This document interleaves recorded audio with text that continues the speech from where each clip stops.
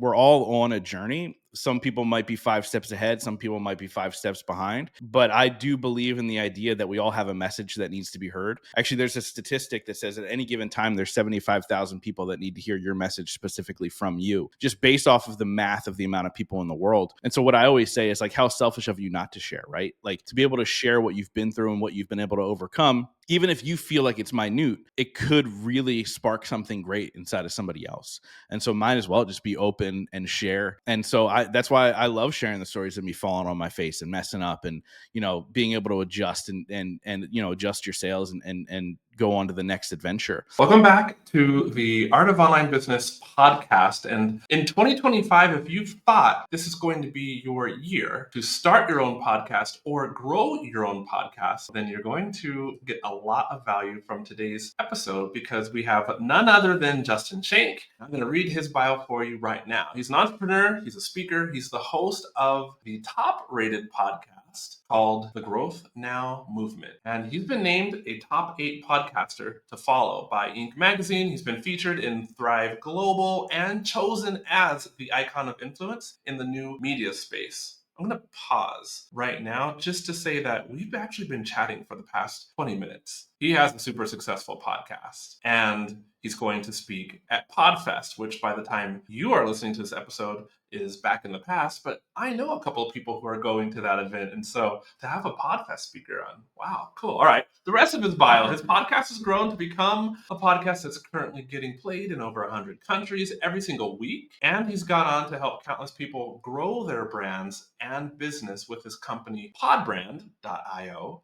He's also the host and creator of one of the go-to events for entrepreneurs and forward thinkers, and that is called the Grow Now Summit live, and you'll get more info about that if you would like to attend later on in this episode. I will say welcome, Justin Schenck. Oh, thank you guys. Thank you guys so much. I'm really excited to dive in.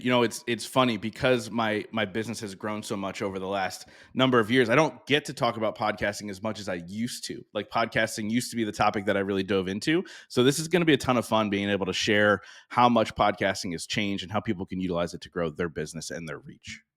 Awesome. I mean, in this episode, we're going to also take a look at a snapshot of what your business is like now, and then go back in time, if you will, to see some of the highs and lows as you've been growing the business. I know our listeners get a lot of value from hearing successful entrepreneurs, online entrepreneurs, and seeing how they grew their business.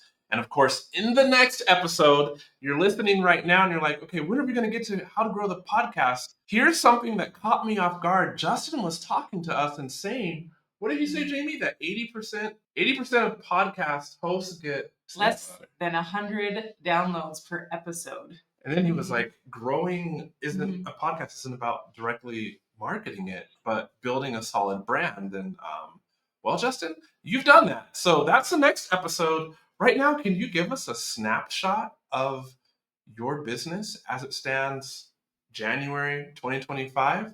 Yeah, I think that I'm your typical entrepreneur of 2025, right? Multiple streams of income that all connects back to my podcast. So obviously the podcast first and foremost is the thing that I built first and have been able to create some brand deals and get some sponsorship dollars that way, which has been really, really great. I also run a mastermind called the Skeleton Key Mastermind for 6 and 7 figure earners. I host my own live event. I get paid to speak all over the country. And so, yeah, it's really that multiple streams of income. And then, of course, Podbrand, where we help podcasters create social media content from their videos that they record from their podcast, which that in itself is a change in the podcast space. But absolutely feel blessed to be able to do what I do. And it's a real honor to be able to, have these conversations that I get to have. And yeah, man, it's been a wild ride to get to this point. I'm sure we'll get into all the failures and the mistakes I made to get here. I mean, it wasn't just an, uphill, everything's going smooth. No, it just like anybody else, right? Like in 2020, I lost 80% of my income when COVID hit because most of my focus was on speaking and my live event every single year. And so obviously when the world shut down, I really had to reevaluate how my business was structured and how it looked, and ended up hiring a coach and completely shifting a ton of stuff online. I launched my first course, which did really well. And then I shut it down, but that's a whole nother conversation. But really had to shift my business from that standpoint of like, okay, well, this I didn't realize speaking could get taken away from me, but it did. I didn't realize my live event could get taken away from me, but it did. And I really had to shift. And that was probably the first huge like fall on my face. Have to figure this out real quick so I can, afford my bills, Right, right. So how did you get started in the online space? What were you doing before? How did you pivot to this? Give us a little background. Sure. So I would say it was probably an accident, right? Like I had listened to maybe one podcast before I launched our podcast. And I was like, I could do that. I could probably do it better than that guy, right? Like the delusion that I had going into all of this. And I ended up buying like a $70 course online of how to like record and upload and all these things, right? And so this was 9 years ago. The original idea behind the podcast was I was going to sit down and interview entrepreneurs and pick their brain and figure out how I could build a business, because at that point I had 3 failed businesses that I tried to churn up, the years prior to launching the show. And what ended up happening was my mom had battled opioids for 20 years of her life, and she ended up ultimately losing that battle 6 months before I launched the show. And because I was going through all that turmoil and being upset about all that stuff and losing my favorite person in the world, because she was a phenomenal mom, even though she had her own demons, I organically started having conversations with my guests about rock bottom moments and how to overcome. And I think the authenticity in the conversations that I had back then, when there were a lot less podcasts, really started to gain traction and people started to pay attention. And it really allowed me to have deep connection with my guests and then therefore, my audience. And then I realized from that standpoint, I was like, oh, hold on, I'm building a brand here. People are recognizing me as a really good interviewer. They're asking me to speak at their events. And completely shifted what I thought was going to be my business. And so that's how I started getting into speaking. And then obviously the next iteration of like, I get this honor to sit down and interview some of the smartest people in the world, people who have done it, people who, make billions of dollars and they're celebrities and whatever. How do I take that and bring that to other people who don't have the ability to have a podcast or don't have the reach of my podcast, et cetera? And that's why I launched Growth Now Summit Live back in 2019. And I was like, oh wait, I can actually make money doing this. There was never a thought of like, oh, I could do this full time, right? And then that's really what set me forward. Again, I didn't know what I was doing. To be honest with you, I probably still don't know what I'm doing. But the thing is, I consistently show up every single day, and I've been fortunate enough to say yes to the right opportunities and no to the wrong ones. And now I found myself here with obviously, the multiple businesses and so on and so forth. But again, it was accidental for sure. Like I had no idea that this was going to happen. Well, humbly said, I feel like you glossed over some pretty significant transitions. So, if I may, I'm Yeah. going to go back to you said you purchased a $70 course about how to make a podcast, and your initial idea was that the podcast would be the business. Am I correct? No, I didn't think anybody would listen. I didn't know it could be a business. The initial idea was to interview entrepreneurs so I could figure out what I did wrong trying to be an entrepreneur prior. Other businesses. Okay. So, what were you doing to make money at this point where you just started a podcast to help troubleshoot your previous business ventures? Yeah, so I was still an employee in the corporate world. So I was actually I was in medical sales and medical sales management, and I would literally on my lunch breaks do interviews. I would do interviews at 10 o'clock at night whenever people were available, and that's how I started. So it started as like this side thing of like, okay, I know I want to escape this corporate world of 9 to 5 or 8 to 5 or whatever, where I felt like I was a prisoner. But clearly I'm not doing it right. So let me interview these entrepreneurs and figure out how they did it so I can learn from them, almost kind of creating my own, getting these people as teachers and bringing them in. And so, yeah, so I was burning the candle at both ends for the first year of the podcast. And then the company that I work for decided that it was time for me to leave. And so I was like, all right, we're either going to sink or swim here. And so the first thing that I started to do, like most people in the podcast space, I did start a podcast production company that I had run for a couple of years until I just didn't want to do it anymore. And I was able to create other streams of income where I could shut it down. And I remember, this is actually kind of crazy. So I got fired from my job and I was making good money, but I was also spending good money because I was a 30-year-old bachelor, like getting to live the life that I want to live. And so I was supposed to go down to Florida and speak at an event. And I had two choices. Like I could either pay my rent or go down to Florida and speak at this event. This is before I got paid to speak and I had to pay my own way and all the fun things in between. And so I decided the smart thing to do was go down to the event and not worry about rent. I'll figure it out later. And so I went and spoke at this event, and the one night a group of speakers went out, and I remember the guy sitting next to me. His name is Mike Kim. He's actually one of the keynote speakers at my event this year. He ordered a drink. It was a $46 glass of scotch, and the waitress went around the table, and every other speaker said, "I'll have the same thing." And they came back to me, and I was at a place where I felt like I had to fit in, and I was like, "I'll have the same thing." I didn't know if my credit card was going to go through. I was like, "This is terrifying." So the waitress comes back and says, "Can I get you guys anything else?" And they went around the table, and everybody said, "I'll have the same. I'll have another one." And so I said, "I'll have another one," right? And so the point of this is Mike Kim ended up paying for everybody's drinks, so I didn't have to get a declined credit card in front of all these other speakers. But he had said something to me that completely changed my mind about how I was approaching entrepreneurship. So he goes, first of all, in podcast production, you're literally racing to go broke because everybody's undercutting everybody's prices. You'll have to have too many clients that you can't handle for the small amount of money that you're charging. He goes, but you're the only person in this business who was chosen by Inc. magazine as a top 8 podcast every entrepreneur should follow. You should get paid for the information in your brain. So I was like, oh, okay. Like people will pay me for that. And he's like, they'll pay you a lot of money for that. So I went home, made $22,000 in the next 3 weeks and never looked back. So yeah, great question. I decided again, ignorance is bliss. I got on a call with people that I thought should do podcasts, and I said, for $5,000, I'll teach you how to do this podcast. And they said, okay. And so I started to teach people how to do podcasting, right? So essentially what I ended up paying for $70 for 2 years prior, I was now teaching for $5,000 or roughly, right? So give or take. And so I had enough people say yes. And I was like, okay, we'll run with this. And so that afforded me a great lifestyle for a long time. But then realized I was able to pay my rent, which was good. I think I was 3 days late by the time all the money came in, and I was able to do whatever. But I just never looked back, and there's been an evolution since then. I still do some consulting, but it's more about people building their brands and stuff like that. It's not because look, here's the thing, right? If you want to start a podcast, just Google what microphone should I buy? How do I record? It's so much easier now than it was 9 years ago, right? Like to kind of put that in perspective, like the course that I bought told me to upload my show to SoundCloud. So I was hosting through SoundCloud for the first probably year. I would literally record on Skype with eCam recorders. Like it's such a different world now. And it's just so much easier, which is why so many people have podcasts now. Right. And even then, I hear that. Oh, sorry. I was going to say, even then, I hear that actually podcasting, though we feel like everyone has a podcast, it's still very nascent and tons of opportunity. And yeah.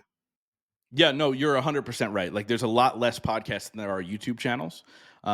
So to be able to kind of break through in that space, for me, like, yes, I've got a great audience and I love hearing from them, and a number of people have reached out to me, and I remember early on when nobody was listening to the show, maybe 40 downloads an episode. I was thinking to myself, like, what am I doing? Like, this is a ton of work. This is when I still had a job and I was doing the podcast.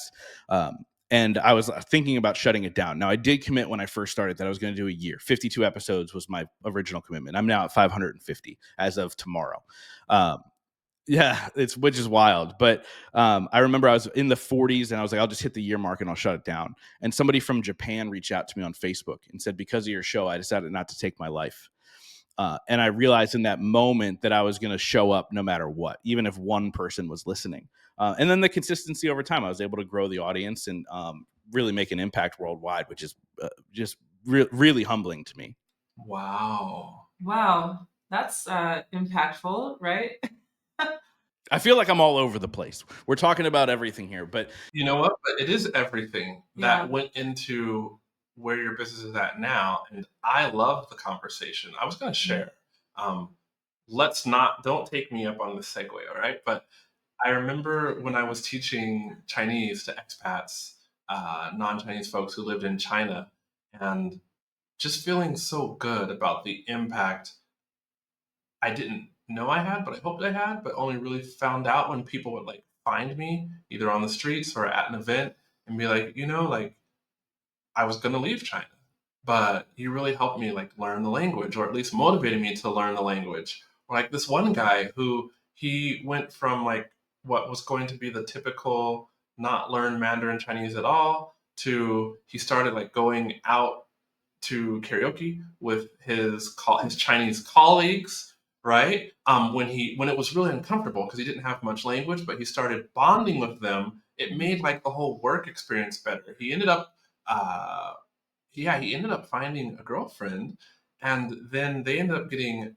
quite serious. And now what he thought was going to be just a like one contract sort of deal, like he's in China and ultra passionate about living there, and this is now 7 years later.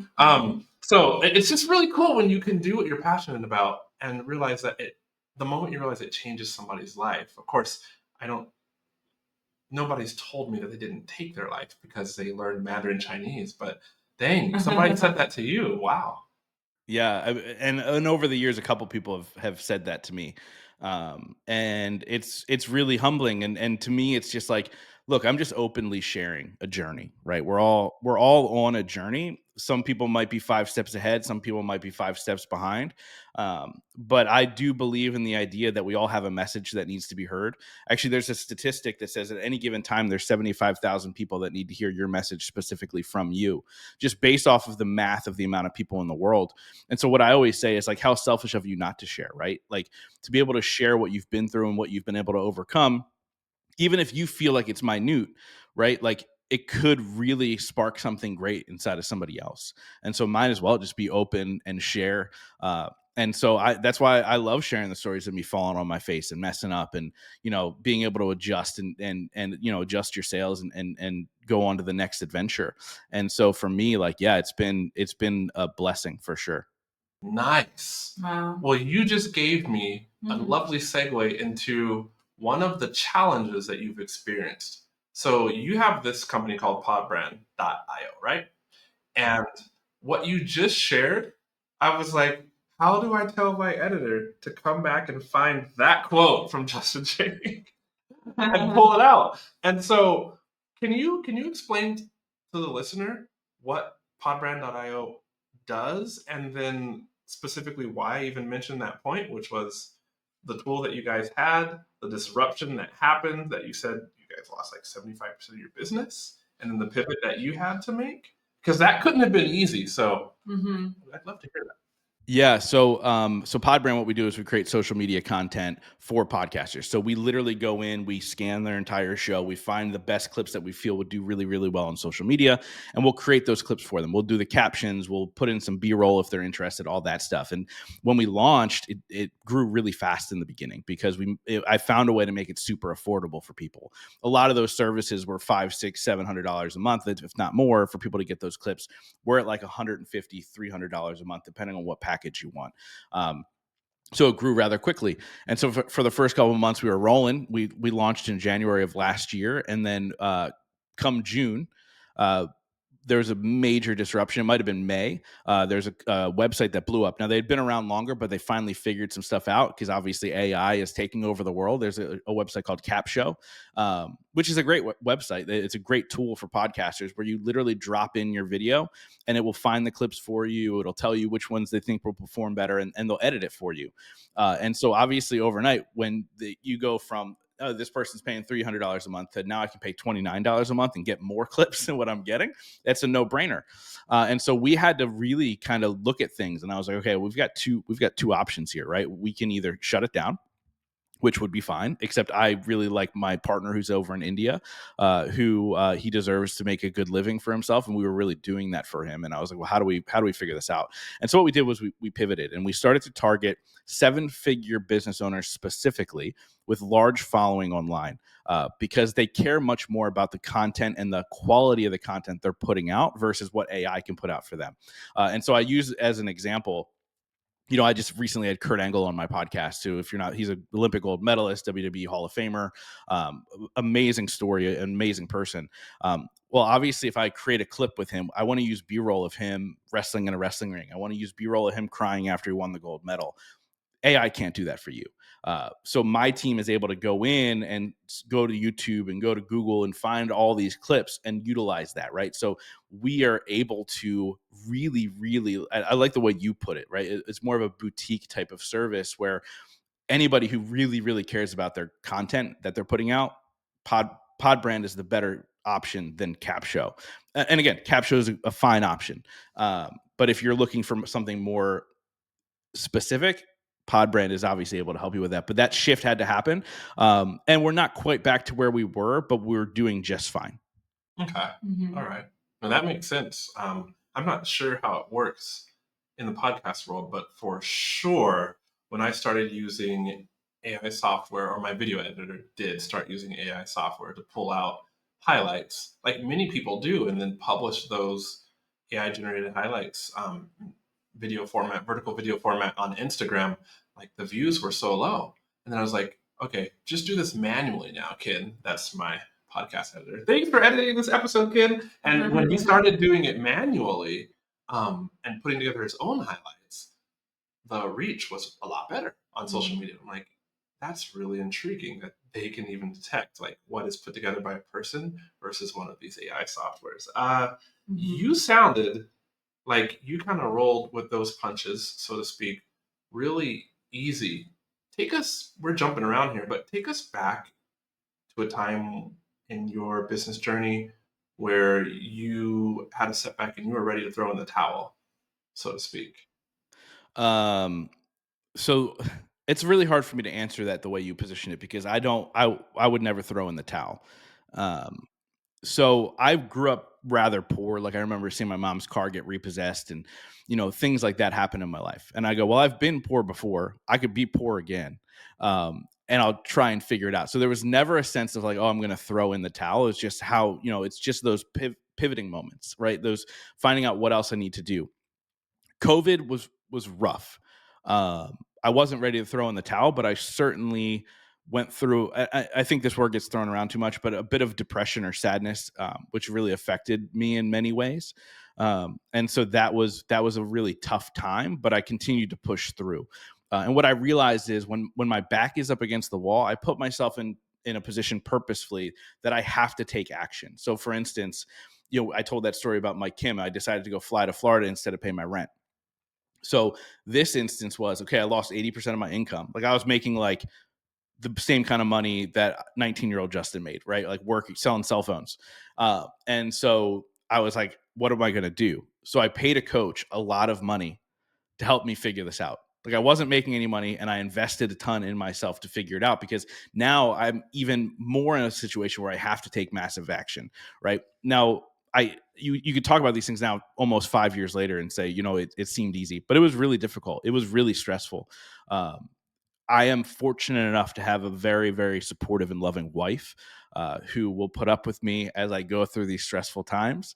Thank God. Yeah, man, it was difficult. It was more difficult emotionally than anything else, just because I'm not somebody who throws in the towel. That's just not my personality. Like my family hates playing board games with me because I will ultimately just destroy all of them, because I'm not throwing in the towel. I don't care if you're 11, right? Like I'm winning.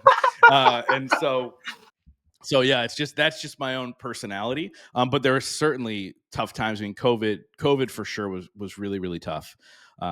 Starting out was really, really tough.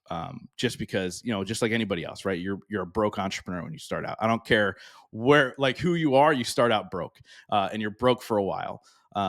But yeah, I would say those two moments, for sure. But at the same time, it was, it's just what's the next thing. No matter what, bad things are going to happen. You just have to learn how to adjust. I think Ed Milet was the first guy to say it. Now everybody says it, but life is not it's not happening to me. It's happening for me. And so when I can have that mindset, whenever something seems to fall apart, that is when I can really kind of be proactive in how I react to those things. Life is not happening to me. Yeah. It's happening for me. Mm. When you shared about your mom, that brought up Mm. something that like I even forgot, but like times were quite difficult for my mom for most of her life. But when we were growing up, my sister, I have a younger sister, she's younger than me by 4 years. I specifically remembered and tried to hold back tears, but when we were living with my mom after my parents got divorced, and I was in 7th grade, and this lady had like given us pretty cheap rent, and so we had moved to another side of town, much more expensive, and my sister and I were in a good school over there. I was in 7th grade, so she was like in 4th or 5th grade, something like that. And we had done, how did this story work? We lived with my dad for a time. My mom lived out of her car until she could put things together a little better, and then we really wanted to stay with her. So somehow she was able to find like an extra bedroom or two in a house in this much nicer neighborhood. And so I'm in this really good middle school. My sister's in like a pretty solid elementary school. And my sister and I were doing the thing that apparently all kids do. I was just talking to you about this morning. Like, not all kids are like punk kids. But Jamie's like, apparently a lot of kids are. So my sister and I had a fight because I was definitely a punk older brother. But this fight got a little out of control. We ended up throwing some things and breaking some stuff in the house. And the lady, who was super kind, but she had like enough, was just like, told my mom that we were going to have to get out of the house. And so my mom literally told us that like, if we don't get our act together, we're going to be living out of a car. And I remember like, shoot, that was just one of those difficult moments again. So thanks for just sharing a little bit about how you said your mom battled with opioids, and then you mentioned something about your mom again. And it seems like you took this and really were able to motivate a lot of other people with it. Yeah, it's funny. For years I felt like, how would my mom feel about me sharing about her journey so openly, right? Like, we worry about those things.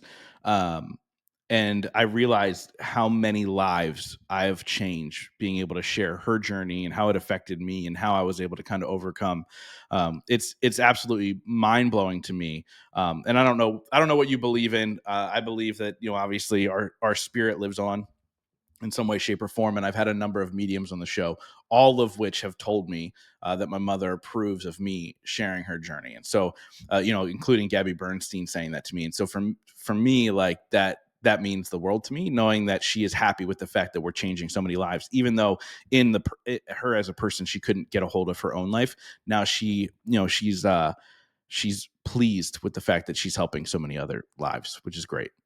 Gotcha. Well, I mean, I'm a pretty traditional Christian, and so I would not go as far as to say is that like God put my mom in that situation, because I don't believe he does that to people. But at the same time, like he definitely gave us the strength to persevere. And my mom is still around, and I didn't ask her permission to share this, but at the same time, like it really does touch me when I see her, despite all of the, let's just say, egregious things that she's had to go through in her life, yet she's still like positive. She still retains at 70 years age, she still retains like tons of hope in her future. Like she's still full of faith and willing to encourage like anybody who's going through a down time. And she's just like a pleasant person to many people that she lives around. And so I guess all that is to say is shout out to our moms. Right? Yeah. Share a quick bit about Growth Now Summit Live, because I will be linking that up below so somebody can find out more about it. So I always refer to it as a day-long rock concert for entrepreneurs and forward thinkers. And so if you're somebody who's looking, it's really about human connection, right? How can you show up to this room and connect with people who are like-minded? Because to me, relationships are rocket ships, right? And so if you are surrounded by the right people, you're able to move forward faster. You're able to reach heights you never could imagine. And so the way to get around those people is to get in the room. Amazing speaker lineup. Obviously the people who've already bought tickets are all amazing human beings. Even if I don't know them personally, I know that they're amazing human beings because they're committing to their own growth. But yeah, it's a ton of fun. Come hang out, come learn from the speakers, come connect, come give me a high five. I used to say, give me a hug, but I don't actually like hugs. So come give me a high five, and we'll get to hang out and we'll get to have a good time.